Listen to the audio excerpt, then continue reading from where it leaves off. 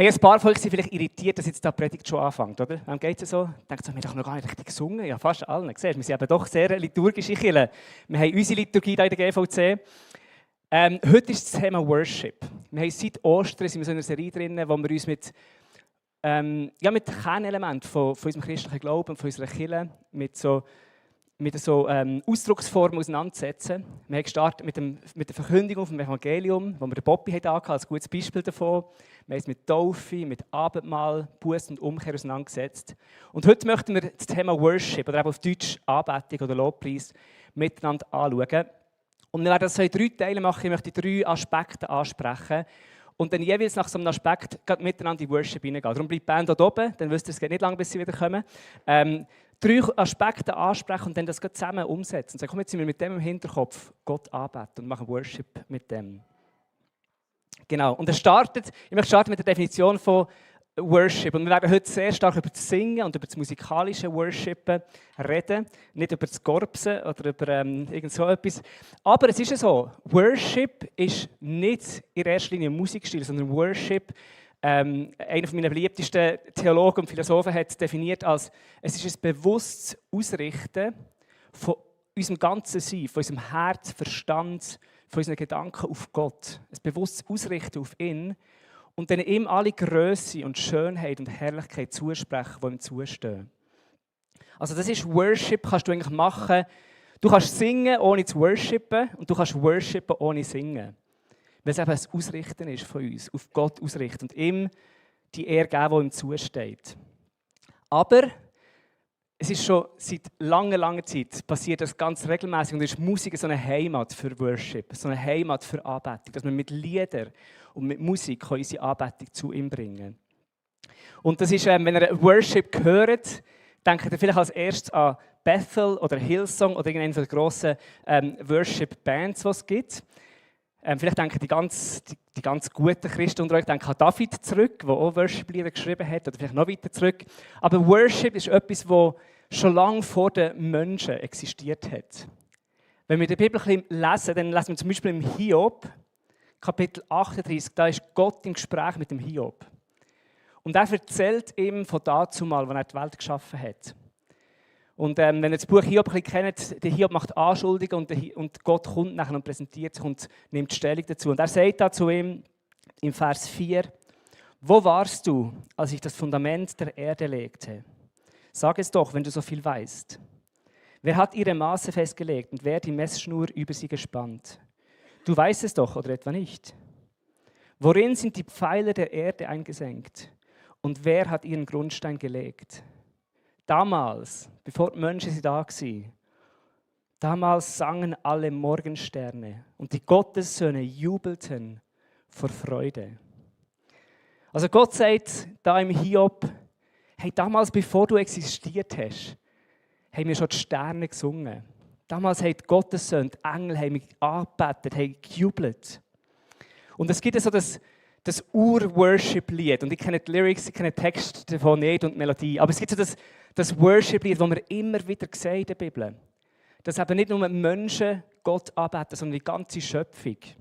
Wir sehen es in den Psalmen, Psalm 148, dort werden Sonne, Mond, Sterne, Feuer, Wasser, Hagel, Berge, Bäume, Tiere und noch weitere Sachen werden aufgefordert, Gott zu loben, Gott anzubeten.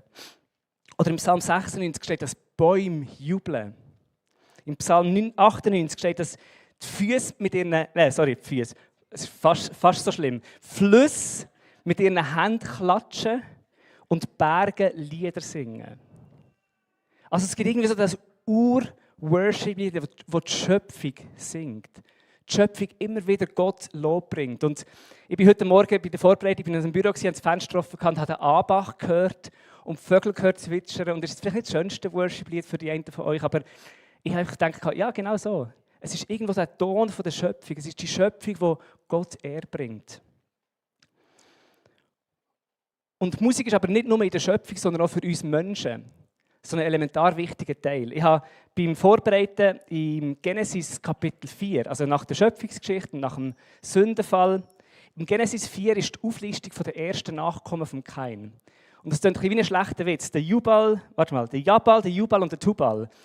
Der Jabal, der Jubal und der Tubal, das waren 3 Brüder, also 2 Brüder und ein Halbbruder. Und sie werden aufgezählt, also die Nachkommen von Kain.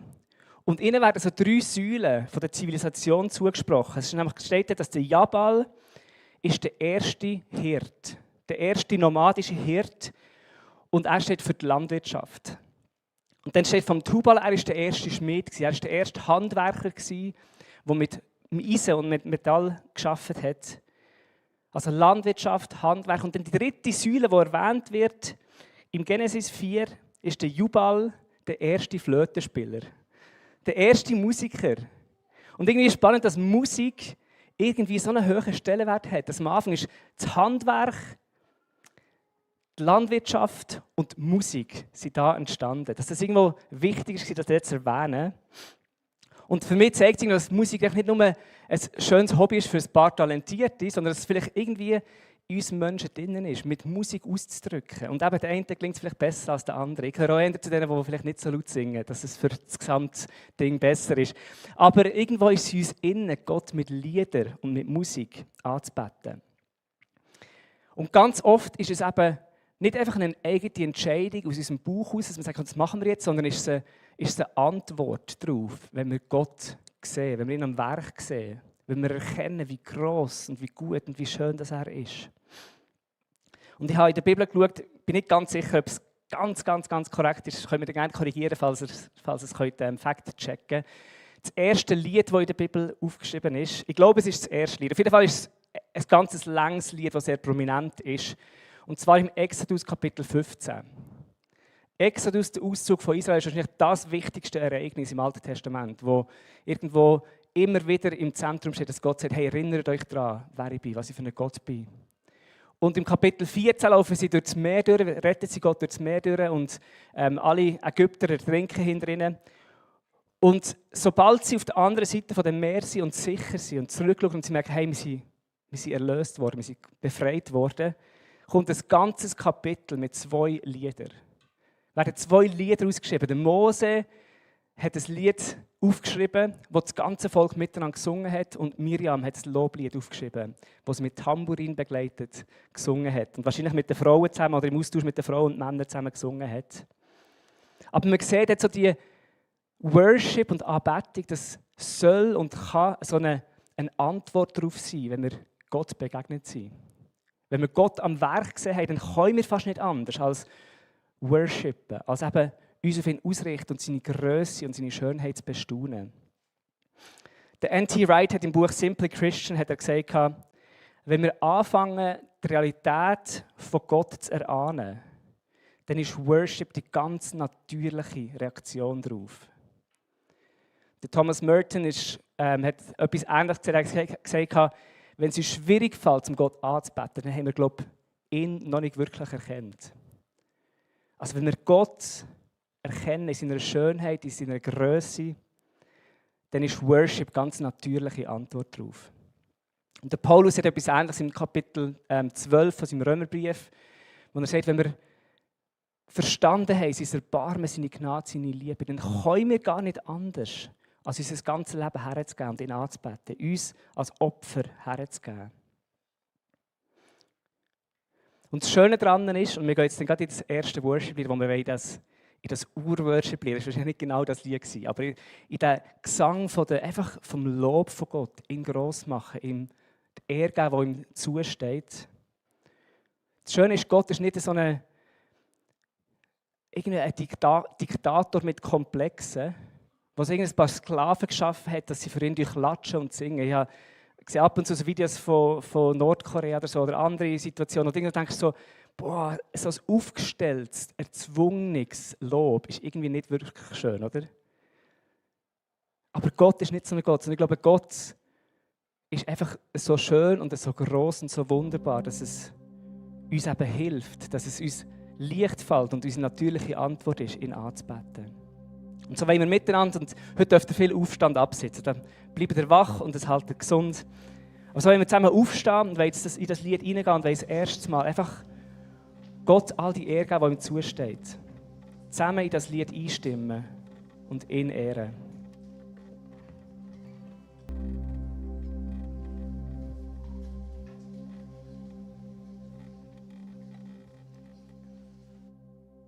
Es fühlt sich fast ein bisschen falsch an, jetzt an diesem Punkt schon wieder zu unterbrechen. Aber wir werden nachher noch weiter singen und Gott anbeten. Also ein Aspekt oder ein Teil von unserem Worship ist so die vertikale Ebene. Ist unser Lob, das zu Gott aufsteigt. Ist, dass wir Gott anbeten und ihm alle Ehre bringen. Es gibt aber auch eine andere Ebene, und zwar die vertikale, die horizontale Ebene. Das Worship, ja, ist unser Lob bringen zu Gott.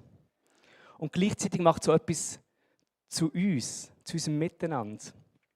Und spannend ist, dass seit jeher eigentlich das gemeinsame Singen so in den Zusammenkünften der Christen dazugehört hat. Dass es von Anfang an Teil von ihren Zusammenkünften war. Und das ist wahrscheinlich von der Synagogentradition übernommen worden. Dass Psalmen, Lobgesänge und von Gott eingegebene Lieder Teil davon waren, wie man einander gegenseitig hat ermutigt, hat erbaut und irgendwo Gott bekennt hat. Gesundheit, Andi. Und wir lesen, also es gibt ganz viele Bibelstellen, ich habe es im Predigtkonzept drin, wenn ihr nachlesen wollt. Aber ein Bibelvers möchte ich vorlesen aus dem Kolosserbrief, Kapitel 3, Vers 16 bis 17. Dort lesen wir: Lasst das Wort des Christus reichlich in euch wohnen, indem ihr in aller Weisheit euch gegenseitig lehrt und ermahnt mit Psalmen, Lobliedern und geistlichen Liedern, Gott singend in euren Herzen in Gnade. Das ist eine etwas ältere Übersetzung, aber es drückt so schön aus, dass wir uns gegenseitig auch dürfen und sollen lehren und ermahnen mit diesen Liedern. Dass es eben auch etwas mit uns macht und dass darum von Anfang an Worship nicht nur etwas war zwischen mir und Gott, sondern auch wir miteinander machen, wo die Christen zusammen gemacht haben. Und die Wissenschaft, die uns interessiert, haben schon länger entdeckt, dass beim gemeinsamen Singen ganz viele Sachen entstehen, die Gemeinschaft fördern. Und das merkt man wahrscheinlich auch, es wird keine Ahnung, jeder Club und jeder Verein, ja nicht jeder Verein, aber zum Beispiel ich als grosser IB-Fan, also in ganz vielen Szenen wird gesungen zusammen, weil es irgendwie so das Gefühl von der Gemeinschaft gibt. Und die Wissenschaftler sagen, dass es das Hormon Oxytocin auslöst, so ein Bindungshormon. Und dass in dem Innen eben wir mit den Leuten, die wir zusammen singen, dass sich unsere Herzschläge synchronisieren. Weil wir gleich einschnaufen und ausschnaufen, unsere Herzfrequenz ähnlich wird. Und was da passiert, ist so ein bisschen, es tönt jetzt ein bisschen hochgestochen, aber eine biologische Entprivatisierung, habe ich es einmal genannt. Also was passiert ist, dass plötzlich einfach nicht mehr ich und mein Gott und mein Glaube, sondern plötzlich bin ich Teil von etwas. Plötzlich gehöre ich neu mit dazu und plötzlich bin ich nicht nur ein Individuum, sondern bin ich Teil von einer Gemeinschaft. Und das passiert bei jedem Singen. Also passiert, wenn wir zusammen da alle meine Entli singen oder Kumbaya Malor, das spielt keine Rolle, was man singt, aber das bindet und das schafft Gemeinschaft. Und viele von euch mögen sich vielleicht erinnern an Covid, die einen oder anderen, nehme ich jetzt mal an. Sorry, wenn ich jetzt da Erinnerungen vorbringe, die ganz fest wehtun. Aber Covid war eine schwierige Zeit für viele von uns. Wir haben plötzlich nicht mehr so treffen, wie wir wollten. Unsere Gottesdienste wir mussten kreativ sein, mit Livestream, mit anderen Formaten, mit kleinen Grüppchen, von daheim aus. Und ein paar von euch haben es gefeiert, endlich mal Privatsphäre, nicht immer in die grosse Menschenmenge zu kommen. Aber was viele gemerkt haben, vielleicht nach ein paar Tagen oder ein paar Wochen oder nach ein paar Monaten, ist so, hey, mir fehlt, dass ich im Raum stehe mit anderen, mit meinen Geschwistern und zusammen singen. Zusammen Gott anzubeten. Ist es anderen auch so gegangen? Das habe ich ganz, ganz viel gehört. Dass, ja, Predigt über den Stream hören, das geht noch irgendwie, das ist noch angenehm, da kann man das Kaffee trinken dazu und das Gipfeli essen. Aber das gemeinsame Singen und Beten und Zusammenkommen, das ist irgendwie etwas, was wir uns wünschen und was wir brauchen. Und wie ich schon gesagt habe, das ist nicht auf die Christen reduziert, sondern es ist grundsätzlich etwas, was Gemeinschaft schafft. Aber wenn wir zusammen singen, dann singen wir nicht einfach irgendwelche leeren Texte, oder? Wir nicht irgendwelche Lieder raussingen, damit wir das Gefühl von der Gemeinschaft da haben, sondern was wir machen, ist, wir bekennen im Worship. Wir bekennen Wahrheiten zusammen. Und darum glaube ich, ist es so wichtig, dass wir alle, die Lieder schreiben, irgendwo darüber brüten und sich damit auseinandersetzen, hey, was für Texte singen wir denn da miteinander? Weil wir bekennen gemeinsam Wahrheit und das Evangelium. Und das brauchen wir ganz oft in Zeiten, wo wir entmutigt sind. Oder in Zeiten, wo wir irgendwelche lustigen, spannenden Theologien anfangen nachzulaufen und irgendwie merken, hey, nein, wir müssen müssen wieder zum Evangelium zurückkommen. Was ist denn das Evangelium? Was ist das Zentrum von dem? Und ganz oft dienen so Lieder eben im Worship, also das Evangelium zu bekennen, Jesus zu bekennen. Und der Hebräerbrief ist an verschiedene Gemeinden geschrieben worden, die sehr entmutigt waren und die sehr auf spannenden Wegen unterwegs waren. Und so, sie versucht waren, zum wegzulaufen von dem Jesus und von dem Evangelium, von der guten Nachricht. Und dort lesen wir immer wieder, wir lesen ein paar Verse vor aus dem Hebräerbrief. Kapitel 4, Vers 14. Lasst uns also unerschütterlich an unserem Bekenntnis zu Jesus Christus festhalten. Denn in ihm haben wir einen großen Hohenpriester, der vor Gott für uns eintritt. Er, der Sohn Gottes, ist durch den Himmel bis zu Gottes Thron gegangen. Kapitel 10, Vers 23. Haltet an dieser Hoffnung fest, zu der wir uns bekennen. Und lasst euch durch nichts davon abbringen. Ihr könnt euch felsenfest auf sie verlassen, weil Gott sein Wort hält. Kapitel 13, Vers 15. Durch Jesus nun wollen wir Gott ein immerwährendes Dankopfer darbringen. Wir wollen ihn preisen und uns zu seinem Namen bekennen. Wir wollen nicht aufhören, Gott im Namen von Jesus zu loben und ihm zu danken. Das ist unser Opfer, mit dem wir uns zu Gott bekennen. Und das Wort bekennen, das haben wir als Titel von dieser Predigt gewählt. Wir wollen bekennen im Worship. Und bekennen ist ein griechisches Wort und es ist kein schwieriges Konzept, um es herzuleiten. Es ist Homologia. Homo und Logos. Es ist das gemeinsame Wort. Es ist, dass wir die gemeinsamen Worte wählen, dass wir eins werden mit dem, was wir glauben. Es ist das Bekennen von Worten, die wir vielleicht manchmal nicht immer automatisch gerade so finden. Und wo uns hilft, zu sagen, hey, komm, wir bekennen gemeinsam Jesus als Herr. Komm, wir bekennen uns gemeinsam zum Evangelium. Und vielleicht geht es auch so, dass er manchmal im Worship steht und wir singen Lieder, die sich nicht so authentisch anfühlen. Kennt ihr das? Wenn ihr eine richtig schwierige Zeit durchgeht und eine richtig schlechte Woche gehabt habt, und dann singen wir hier von, wie gut unser Gott ist. Und du fühlst es überhaupt gar nicht. Aber manchmal hilft es, zu sagen, weißt du, ich fühle es gerade nicht, aber ich mache mich eins mit diesen Stimmen um mich herum. Und manchmal hast du nicht mal Kraft. Ich weiss Zeiten, wo ich beim Worship gestanden und ich habe es nicht gefühlt, ich habe es nicht können, selber mitsingen. Aber ich habe die Leute um mich herum singen und ich habe mich wie in das eingeklinkt und gesagt, hey, ja, ich bin Teil von diesem Lied. Ich möchte das auch mitsingen. Ich finde es gerade schwierig, das laut rauszusagen. Und genau da findet das gegenseitige Aufbauen, das gegenseitige Stärken, das gegenseitige Ermahnen statt. Im gemeinsamen Bekennen.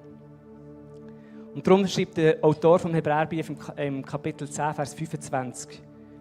Deshalb ist es wichtig, dass wir unseren Zusammenkünften nicht fernbleiben, wie einige sich das angewöhnt haben. Das ist so ein Vers, den wir Pfarrer manchmal lieben, also in die Runde zu werfen. Darum ist es wichtig, die Bibel sagt, es müsst unbedingt in Gottesdienst gehen. Aber es geht nicht darum, dass wir möglichst viele Viertel auf den Sitzen haben, sondern es geht darum, dass was wir da machen, einen Unterschied macht in unserem Glauben, in unserem Leben, in unserem Herz. Das gemeinsame auf Jesus schauen, stärkt uns, das ermahnt uns, das ermutigt uns. Und so wollen wir das jetzt einfach in den nächsten Lied machen. Wir dürfen wieder zusammen aufstehen. Und wenn wir nicht einfach nur, wir wollen auf Gott schauen und wollen ihn gross machen und wollen ihm Lob bringen. Und gleichzeitig wollen wir Wahrheiten aussprechen, die Leute um uns herum mittragen und ermutigen und ermahnen. Lass uns miteinander aufstehen und das nächste Lied singen.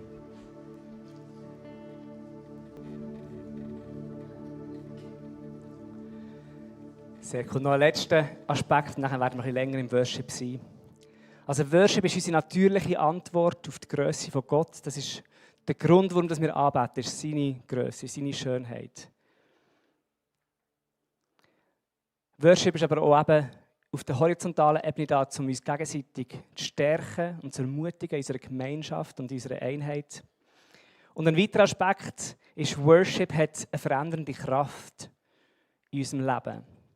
Ich möchte eine Bibelstelle vorlesen, die häufig lesen, gerade so im Alten Testament, lesen wir so Bibelstellen und denken so, ja, herzig, schön und gut. Aber ich möchte euch mal überlegen, wenn ihr in dieser Situation real drin seid, wie ihr würdet fühlen und was ihr würdet denken.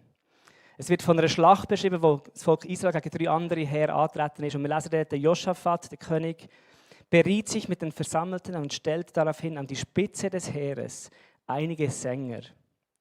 In Festgewändern sollten sie vor den Soldaten herziehen und den Herrn loben mit dem Lied Preis den Herrn, denn seine Gnade hört niemals auf. In dem Augenblick, in dem sie anfingen zu singen und Gott zu loben, ließ der Herr die Heere von Ammon, Moab und aus dem Gebirge Seir, die Juda angriffen, in einem Hinterhalt laufen und sie wurden geschlagen. Also der König schickt vor sein Heer ein paar Sänger. Und wir sind nicht, wer mehr nervös war, die Sänger oder das Heer. Aber er sagt, wir schicken das Lob voraus in die Schlacht.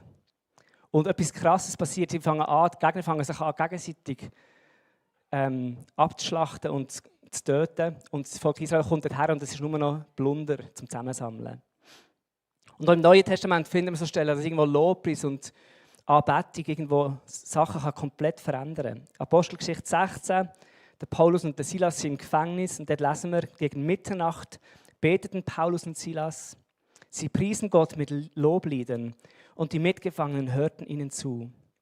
Plötzlich bebte die Erde so heftig, dass das Gebäude bis in seine Grundmauern erschüttert wurde. Im selben Augenblick sprangen sämtliche Türen auf und die Ketten aller Gefangenen fielen zu Boden. Es ist so eines von den Bildern, die wir auch immer wieder besingen und in den Liedern drin haben, dass Gott Ketten brechen kann. Ketten zum Sprengen bringen. Und auch da sehen wir, dass es angefangen mit dass Paulus und Silas Loblieder gesungen haben. Und ich bin persönlich sehr zurückhaltend oder skeptisch mit irgendwie sagen, dass das irgendeine Zauberwaffe ist. Wenn man da die richtigen Lieder, die richtige Melodie singt, im richtigen Moment, dann verändern sich alle Umstände. Und ich glaube, dass es nie der Grund ist, warum wir anbeten, um irgendwie Gott zu zwingen, um etwas zu verändern. Und der Grund für unsere Anbetung ist seine Größe und dass er es verdient hat. Und doch können wir irgendwie nicht leugnen, dass immer wieder, wenn wir anbeten, dass Sachen passieren, dass sich Umstände verändern. Und ich habe meine Zeit zurückdenken im Spital, wo ich war, der Andi, seht ihr da hinten. Andi hat mir eigentlich ein Lied geschickt, als Worship. Also ich habe übrigens ganz viele Worship-Lieder von euch zugeschickt bekommen, habe eine Playlist gemacht von denen. Und dann die immer wieder so ein bisschen laufen. Und es ist nicht so, dass ich das Worship-Lied angeschaltet habe oder gehört habe, dass dann irgendwie alles ist komplett anders war. Aber irgendwie hat es mir geholfen, in all diesen Umständen innen, Gott einzuladen und Gott den Platz zu machen, wo er Teil davon ist, wo er mit drinnen ist. Und vielleicht kennt ihr das auch, dass Worship kann so ein Ort sein, wo wir Gott einladen, hey, bist du hier mit mir in diesen Umständen? Wir bauen Gott einen Thron in unseren Umständen. Und dann sollte es uns nicht überraschen, oder? Wenn Sachen sich verändern. Wenn Gott einzieht, dass dann plötzlich Sachen passieren können. Hey, ich glaube an Wunder. Ich glaube, dass Gott in einem Moment ein riesen Wunder tun kann. Aber es fängt damit an, dass wir sagen, hey Gott, du bist real und du bist da. Ich möchte dich einladen, da zu wohnen. Der Psalm 22, Vers 4, dort lesen wir, doch du bist heilig, du wohnst in den Lobliedern Israels. Und ich finde das so schön, es ist ein schönes Bild, dass Gott wohnt in unserer Anbetung. Gott hat den Thron, wenn wir anfangen, im Loblieder zu singen. Und wie gesagt, nicht als Hack, um in jeder Situation zu bekommen, was wir gerne möchten, aber einfach als Ansatz, um immer zu sagen, hey Gott, und du bist mit drin. Du bist da. Du bist ein Gott, der mich sieht, du bist ein Gott, der nach ist. Und das kann und wird immer wieder Veränderung bringen. Unser Anliegen mit dieser Predigt heute ist, hey, uns alle zusammen zu ermutigen, unsere gemeinsamen Worship-Zeiten. Weniger darauf zu achten, ist es jetzt zu laut oder zu leislich. Es ist anscheinend, manchmal ist es zu laut und zu leislich im gleichen Gottesdienst. Kommen wir jetzt Feedback über? Sind es meine Lieblingslieder oder nicht? Ist die Band zu gross oder zu klein? Ist es zu schnell oder zu langsam? Sondern wir sagen, hey, komm, wir sind in dieser Zeit, wo wir zusammen Gott anbeten, lass uns gemeinsam miteinander stehen. Lass uns zusammen Gott gross machen. Lass uns gegenseitig ermutigen und ermahnen. Also Worship ist als erstes und wichtigstes die natürliche Reaktion auf Gottes Größe und Schönheit. Worship verbindet uns. Es ist eine Möglichkeit, wie wir uns gegenseitig im Glauben immer wieder stärken und ermutigen. Und wenn wir anbeten, wenn wir worshipen, dann können sich Sachen in der unsichtbaren Welt verändern. Und so möchten wir jetzt ein bisschen länger in der Worship-Zeit reingehen, ein paar Lieder singen. Und möchte euch einladen, einfach so, wie es euch wohl ist dabei. Wir wollen niemanden zwingen, dass ihr müsst irgendwie rumtanzen aber einfach aktiv mitsingen, mitbeten. Und vielleicht sieht es für dich aus, dass du deine Arme ausstreckst, dass du deinen Körper mit reinnimmst. Oder vielleicht sieht es aus, dass du einfach still auf dem Stuhl sitzt. Aber miteinander, als eine grosse Familie, als GVC-Family, auch wenn du zu Besuch bist, einfach miteinander auf Gott zu schauen, ihn zu singen, uns gegenseitig zu ermutigen und glauben, dass Gott in unserem Worship wohnt und kann Umstände verändern.